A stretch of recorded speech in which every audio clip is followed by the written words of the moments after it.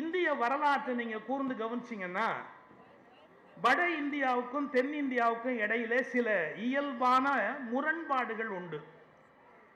எல்லா மாநிலங்களும் அப்போ ஒரு கட்சிக்கு ஓட்டு போடுற போது தமிழ்நாடு மட்டும் வேற கட்சிக்கு ஓட்டு போடும். தொடர்ந்து நீங்க கவனிச்சா தெரியும். இது என்ன அப்படின்னு பல பேருக்கு புரியல. அங்க இருக்கிற சிந்தனை வேற, இங்க இருக்கிற சிந்தனை வேற. ஒரே ஒரு எக்ஸாம்பிள் சொல்றேன். மகாபாரத கதையில வர்ற கர்ணன் தமிழ்நாட்டில் பெரிய ஹீரோ, ஆனா வடநாட்டில் அயோக்கிய நம்பர் 1 கணக்குப்படி. மகாபாரத கதை கணக்குப்படி துஷ்ட சதுஷ்டர்கள் 4 பேர்ல ஒருத்தர். அந்த கர்ணனை அவங்க மதிக்கிறதே இல்லை. நமக்கு அவர் ஹீரோ, கர்ணன் மிகப்பெரிய ஹீரோ. என்ன அர்த்தம்னு சொன்னா, வடநாடு சொல்றது தமிழ்நாடு ஒத்துக்காது அப்படிங்கறத இன்னைக்கு நேத்திக்கு இல்லை, என்னைக்கோ தொடங்கி வச்சாச்சு. இந்த வித்தியாசத்தை நீங்க கொஞ்சம் கூர்ந்து கவனிக்கணும். நெருக்கடி நிலைமை, நான் சொல்றது இப்போ ஒரு அரசியல் வரலாறு. நெருக்கடி நிலைமை அப்படின்னு ஒன்றை அம்மையார் இந்திரா காந்தி அவர்கள் இந்தியாவின் மீது திணித்தார்கள். அப்ப 2 இயக்கங்கள் நசுக்கப்பட்டன. நீங்க வரலாறு பொறுமையா பார்க்கணும். ஒன்று, வட இந்தியாவில் இருந்த மதம் சார்ந்த RSS இயக்கம் முடக்கப்பட்டது. அதே மாதிரி தென்னாட்டில் திராவிட இயக்கம் முடக்கப்பட்டது. நீங்க நல்லா கவனிக்கணும். அப்போது இருந்த அரசு 2 இயக்கங்கள், ஒன்று மதம் சார்ந்தது, இன்னொன்று இனம் சார்ந்தது. இந்த மதம் சார்ந்த இயக்கத்தையும் இனம் சார்ந்த இயக்கத்தையும் நெருக்கடி நிலையின் போது நசுக்கினார்கள்.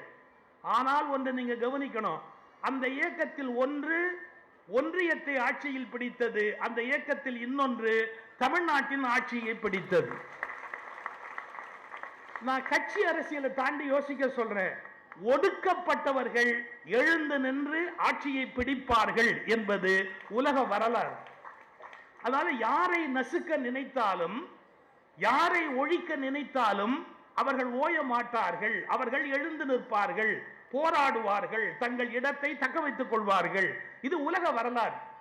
அந்த அடிப்படையிலே தமிழ்நாட்டிலே இனம் என்ற அடிப்படையிலே தமிழ்நாட்டை காப்பாற்றிக் கொண்டு வருகிற பெரிய ஒரு இயக்கமாக திராவிட இயக்கமும் திராவிட முன்னேற்ற கழக இயக்கமும் நடந்து கொண்டிருக்கிறது.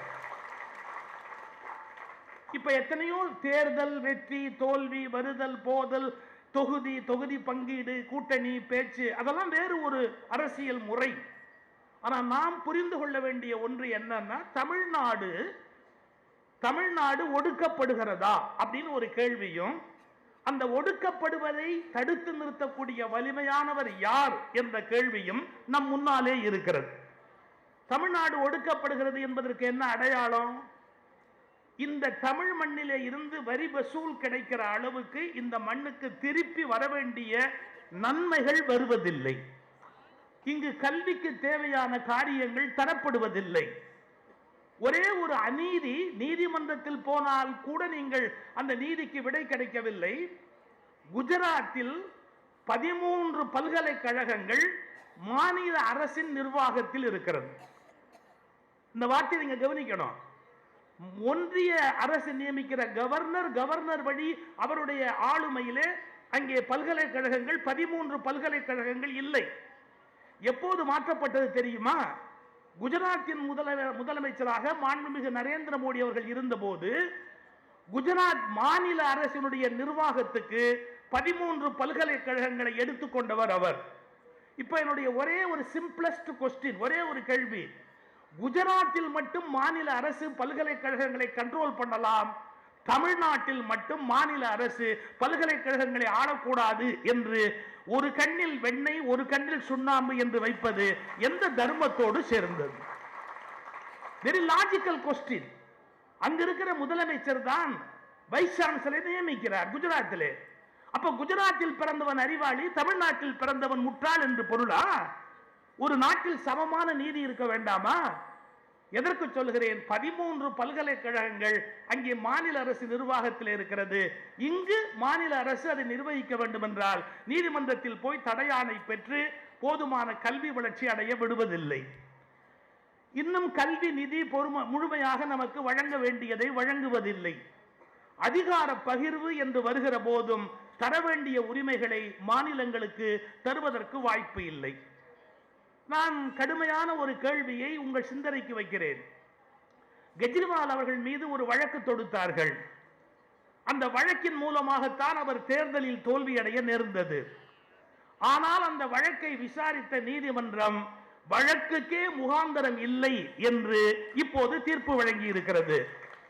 அப்படியானால் உடனடியாக டெல்லியில் மது தேர்தல் நடத்துவதற்கு இப்போது ஒன்றிய அரசு தயாராக இருக்கிறதா?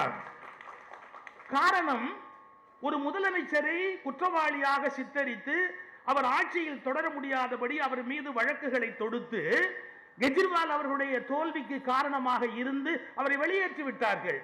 ஆனால் வழக்கு மன்றம் அவர் குற்றமற்றவர் என்று இப்போது வழக்குக்கு முகாந்தரமே இல்லை என்று இப்போது டெல்லி சிபிஐ நீதிமன்றம் கூறியிருக்கிறது. அப்படியானால் இது எவ்வளவு பெரிய சூழ்ச்சி! நான் இப்போது ஒரு கருத்தை முன்வைத்து விட்டு போகிறேன். தேர்தல் காலங்களில் மாநில அரசுகளை முடக்குவது போல மத்திய அரசையும் முடக்க வேண்டும் என்ற ஒரு தீர்மானத்தை இந்த நாடு கொண்டு வர வேண்டும். அதப்படி மாநில அரசுகள் மட்டும் செயல்பட முடியாதபடி அவர்கள் குரல் வலையை நெரித்துவிட்டு மத்திய அரசு மட்டும் முழுமையாக செயல்படக்கூடிய வகையில் இருந்தால் தேர்தலில் எப்படி ஒரு நியாயம் கிடைக்க முடியும்? எனவே தேர்தல் கமிஷன் கருத்தில் கொள்ள வேண்டிய விஷயம், மாநில அரசுகள் தேர்தல் காலத்தில் முடக்கப்படுவதைப் போல மத்திய அரசின் செயல்பாடுகளும் தேர்தல் காலத்தில் முடக்கப்பட்டால் மட்டும்தான் நியாயமான நேர்மையான மக்களாட்சி தீர்ப்பு கிடைப்பதற்கு வாய்ப்பு உண்டு என்கிற கருத்தை முதல்வரின் பிறந்த நாளில் நாம் சிந்திக்க வேண்டிய ஒரு கருத்தாக உங்கள் முன்னால் வைக்கிறேன். நான் முன்னுரையிலேயே ஒரு கருத்து சொன்னேன். திராவிட இயக்கமும் மதம் சார்ந்த RSS இயக்கமும் தடை செய்யப்பட்டு பிறகு அவர்கள் வீறு கொண்டு எழுந்து மத்தியிலும் மாநிலத்திலுமாக ஆட்சியை பிடித்தார்கள். இப்போது மீண்டும் என்ன சிக்கல் ஏற்பட்டு விட்டது என்றால், இருவரையும் நசுக்குகிறவர்கள் பலவீனமாகிவிட்டார்கள். இப்போது இருவரும் ஒருவரோடு ஒருவர் கொஞ்சம் சிக்கலாக மோத வேண்டிய சூழ்நிலை ஏற்பட்டிருக்கிறது. இந்த நேரத்தில் அவர்கள் வலிமையான ஒரு தளபதியை கையில் வைத்திருக்கிறார்கள் என்று சொன்னால், இந்த இனத்துக்காக போராடுகிறவர்களும் வலிமையான ஒரு தளபதியை கையில் வைத்துக் கொண்டிருந்தால் மட்டும்தான் இந்த போர் நியாயமானதாக இருக்க முடியும். என்ன இந்து இயக்கங்கள் கணபதியை நம்புகிறது, நீங்கள் தளபதியை நம்புகிறீர்கள். இதானே பெரிய வித்தியாசம். அதனால் அவருடைய பிறந்த நாள் அன்றைக்கு நான் வாழ்த்துவதற்கு ஒப்புக்கொள்கிறேன். இந்த இனத்தின் கம்பீரம் அழியாமல் இருப்பதற்கு இன்றைக்கு தமிழ்நாடு உங்களை நம்பி இருக்கிறது. எங்களுடைய கௌரவமும் மானமும் பெருமையும் இந்த தமிழ் மண்ணின் பெருமையும் காப்பாற்றப்படுவதற்கு நீங்கள் நீண்ட ஆயுளோடும் நிறைந்த உடல் நலத்தோடும் வாழ வேண்டும் என்ற பிரார்த்தனையை இந்த நேரத்தில் வெளிப்படுவதற்கு நான் மகிழ்ச்சியோடு இந்த இடத்தில் நான் கூடியிருக்கிறோம். ஒரு 2 செய்தியை நான் சொல்லிவிட்டு நான் விட்டு அந்த மேடையை, ஏன்னா அவங்க நிறைய பேர் பேச வேண்டியிருக்கு. ஒரே ஒரு விஷயம், நம்முடைய முதல்வருடைய அணுகுமுறை எவ்வளவு நுட்பமானதுன்னு நீங்க பார்க்கணும். அதாவது பழமையாக வருகிற மரபுகள்ல அப்படியே அதை கையாளுவது என்பது அவர்கிட்ட கிடையாது. அதுக்காக கம்ப்ளீட்டா மாறி போய் டீவியேஷன் எங்கேயோ மாறி போறது கிடையாது. ஒரே வார்த்தையில சொல்றதா இருந்தா அதை பெரியார் திடல தான் சொல்லணும். நம்முடைய முதல்வர் எப்படின்னா, பிள்ளையாரையும் உடைக்க மாட்டார், பிள்ளையாருக்கு தேங்காயும் உடைக்க மாட்டார். எதுக்கு இது ரெண்டையும்? அதே மாதிரி பிள்ளையாரை வச்சு அடுத்தவன் மண்டையையும் உடைக்க மாட்டார். நம்ம அதையும் சேர்த்தானே யோசிக்கணும். அவரை பொறுத்தளவில் எப்படின்னா, இது காலம் மாறுகிறது. இது போன்ற விஷயங்களில் அதிகம் கவனம் செலுத்தி கொண்டு நாம் இருப்பது நல்லதல்ல. ஸ்கீம்ஸ், ஏழை மாணவர்கள் படிப்பதற்கு என்ன வழி, பெண்கள் முன்னுக்கு வருவதற்கு என்ன வழி, எப்படிப்பட்ட பொருளாதார திட்டங்களை போட்டால் விவசாயிகள் மேலே வர முடியும், விலைவாசி எப்படி குறைக்க முடியும் என்று ஆட்சியிலும் நிர்வாகத்திலும் சரியான திட்டமிடுதல் மூலமாக தமிழ்நாட்டை இந்தியாவின் தலை சிறந்த மாநிலமாக மாற்றுவது என்பதை கடந்த 5 ஆண்டுகளாக அவர் ஒரு கவனத்தோடு செய்து வந்தார்.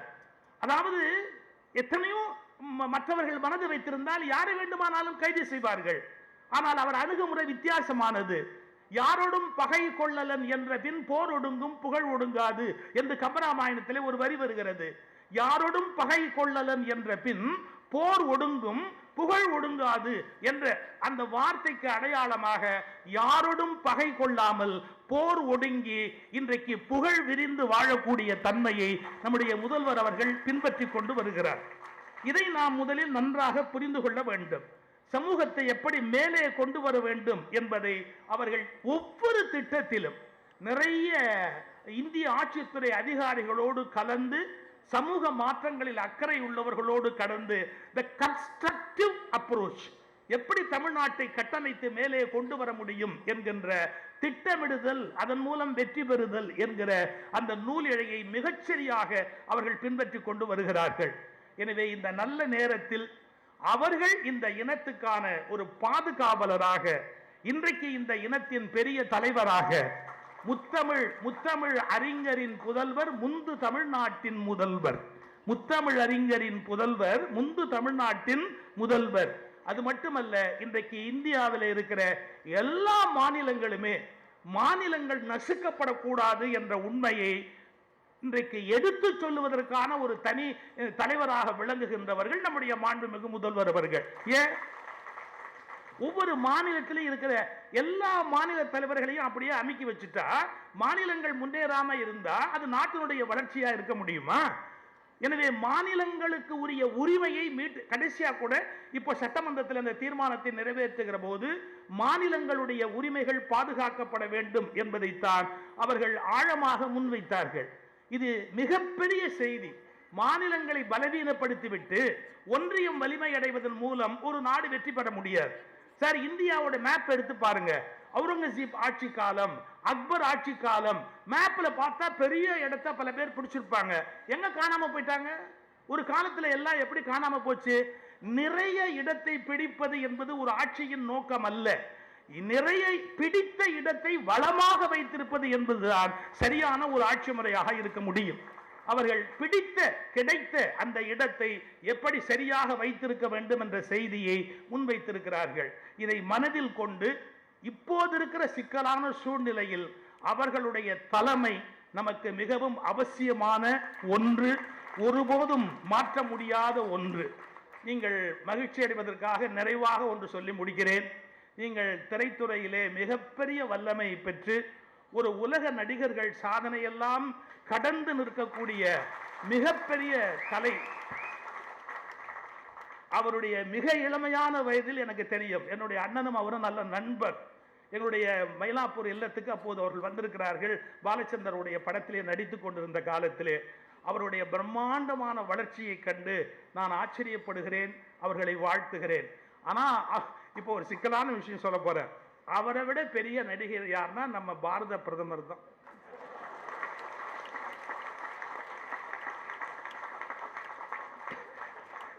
ஏன்னா யூடியூபுக்கு ஏதாவது வேணும் இல்ல, நான் பேசினா யூடியூப்ல போட்டு கொளுத்தணும் இல்ல, அப்பதானே 200 ஊப்பின்னு எனக்கு ஒரு பேர் வரும். இல்லாட்டி எனக்கு எப்படி அந்த பேர் வரும்? சார் வேடிக்கை சொல்லல, தமிழ்நாட்டுக்கு போனா வேஷ்டி சட்டை போட்டுக்குவாரு, ராஜஸ்தான் போனா தல்பா கட்டிக்குவாரு, அப்புறம் எந்தெந்த ஊருக்கு போறாரோ அந்தந்த ஊரு அந்தந்த ட்ரெஸ் போட்டுக்குவாரு, எல்லாம் பண்ணிக்குவாரு. அப்ப என்ன அர்த்தம்? நான் நானாக இருப்பதை விட அங்கங்கு இருக்கிற மக்களை ஏமாற்றுவது எப்படி என்பதுதான் மிகப்பெரிய லட்சியமாக இருக்கிறது. என்னால் அதை ஏற்றுக்கொள்ள முடியவில்லை. சார், ஒரிசால பேசும்போது சொல்றாரு, ஒரிசால பேசும்போது ஒரு தமிழை இங்க வந்து ஆட்சியை நடத்துறதான்னு கேட்கிறாரு. ஏன்னா அங்கிருந்த முதல்வருடைய நம்பிக்கைக்குரியவராக ஒரு தமிழர் இருந்தார். அவரை மையப்படுத்தி தமிழர்களுக்கு இங்க என்ன வேலைன்னு கேட்கிறார். பீகார்ல போற போது பீகார் மக்கள் கொடுமைப்படுத்தப்படுகிறார்கள் அப்படின்னு சொல்றாரு. கொஞ்சம் யோசிச்சு பாருங்க. தமிழை பத்தி பேசுறேன்னு மலேசியால போய் தமிழை பத்தி பேசுறாரு. ஏன் மலேசியால போய் பேசுறீங்க? செக்கோஸ்லோவேக்கியால போய் பேசுங்க, அமெரிக்கால போய் பேசுங்க. மலேசியால தமிழன் இருக்குன்னா அந்த தமிழனை கவர் பண்ணுங்கிறதுக்காக அங்க போய் தமிழனை பத்தி பேசுறது. அதனால நான் இன்னைக்கு அவருக்கு என்ன சொல்றேன்னா, நீங்க தான் பெரிய நடிகர் அப்படிங்கிற நினைப்பை விட எங்க பாரத பிரதமர் தான் மிகப்பெரிய நடிகர். அவர் நடிக்கிற மாதிரி எவனுமே இனிமே நடிக்க முடியாது. இதுதான் என்னுடைய ஃபைனல் அந்த தரப்போற செய்தி. இவர்களுக்கெல்லாம் இந்த நேரத்தில் சவாலாக ஓரணியில் தமிழ்நாடு என்று எடுத்து நிறுத்தக்கூடிய ஒப்பற்ற பெருமையோடு நம்முடைய முதல்வர் வாழுகிறார். அவருக்கு நீண்ட ஆயுள், நிறைந்த உடல் நலம், உங்களுடைய அன்பு, உழைப்பு, ஆசி இவையெல்லாம் இருக்குமானால் அவர்கள் மீண்டும் முதல்வராக பதவியேற்கிற நல்ல காட்சியை நீங்கள் கண்ணால் காண முடியும் என்பதை சொல்லி என்னை அழைத்தமைக்கு நன்றி பாராட்டி வணங்கி விடைபெறுகிறேன். நன்றி.